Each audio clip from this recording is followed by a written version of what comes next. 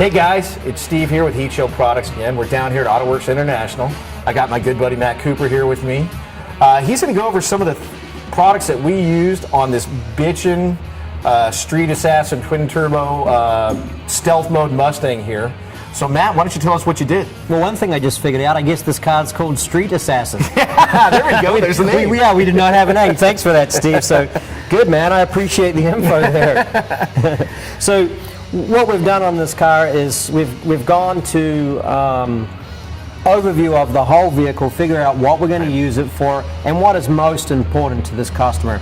And one of the things that is really important to him is to really have this thing not feeling like a 1964 and a half car, because we all know look really cool on the outside, you know, a little rattly on the inside, little hot and noisy, yeah, a little noisy in here. So we really want to literally eliminate that. Right. We want to come across with something when he drives this car where he is literally going to be blown away. Yeah. And the only way we can do that is with Heatshield Products, and you guys rock on the stuff that you make. So, well, thank you. You know, we've been using it since 2006, so we've had quite a few years of experience on this. So what we've taken into consideration is the build. Like most people would think, okay, we've got a little bit of noise coming from the engine compartment through the tunnel area. Okay, so we want to address this first because this is where we're going to build the car first, is put all these components in here. So we've used the DB skin over top of our components to cut down the noise, and the noise basically won't reverberate through all the metal anymore. Yeah, so I think the DB skin works really well here because you've got a lot of different surfaces, right? There's a lot of angles, a lot of joints, and that's kind of hard to get to with the stick-on sheets. So the nice thing about the DB skin is you can get into all the nooks and crannies. And my other favorite thing about it is lightweight. One thing I want to stress too, whatever we do is lightweight. We spend all our time and our money making these cars go fast. We don't need to slow them down with a bunch of dead stick-on, dead weight. Right, and that's been our experience in the past. We'll go out and buy boxes of this black stuff with the nice shiny stick-on on the back. We'll put it on the car, and it turns out, Steve, we actually found out that it would almost make the car into a heat box. Yeah. Because after the heat would transfer through into this aluminum that they were using, there was no way for the heat to dissipate again. So if you felt the floor here and then you felt it back here where there's no heat source at all, it would be the same temperature basically. So you're creating basically a way to travel the heat throughout the car. Right. So you're conducting heat with those two pieces. So it really worked opposite than what we intended to do with the product. So there's a learning curve there. So I feel that we're past that now with the guidance of you guys, and using this product for many, many years, and the new ones that you've come out with is just outstanding stuff. Yeah, I mean, a lot of those stick-on sheets, they were great when they were launched, but the technology has changed and evolved. Common thing, and it's not necessarily the end user's fault, but you see guys on TV do it even. Right. They stick it on everywhere and they say it's going to do sound and heat. It doesn't do that. Aluminum is actually what dampens the sound. Yeah.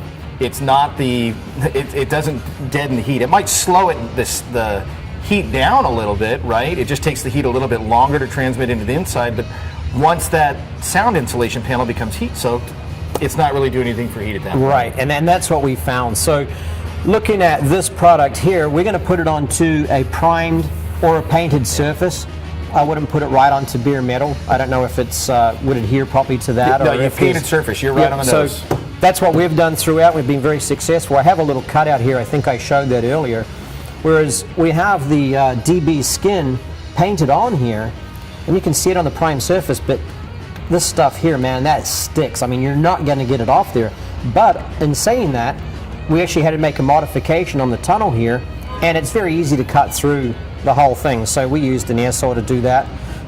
So you can make modifications afterwards. So it's not a permanent thing, although it is in there permanently in the vehicle. So we can talk a little bit about the install of this. We can talk a little bit about the install of this product now, Steve.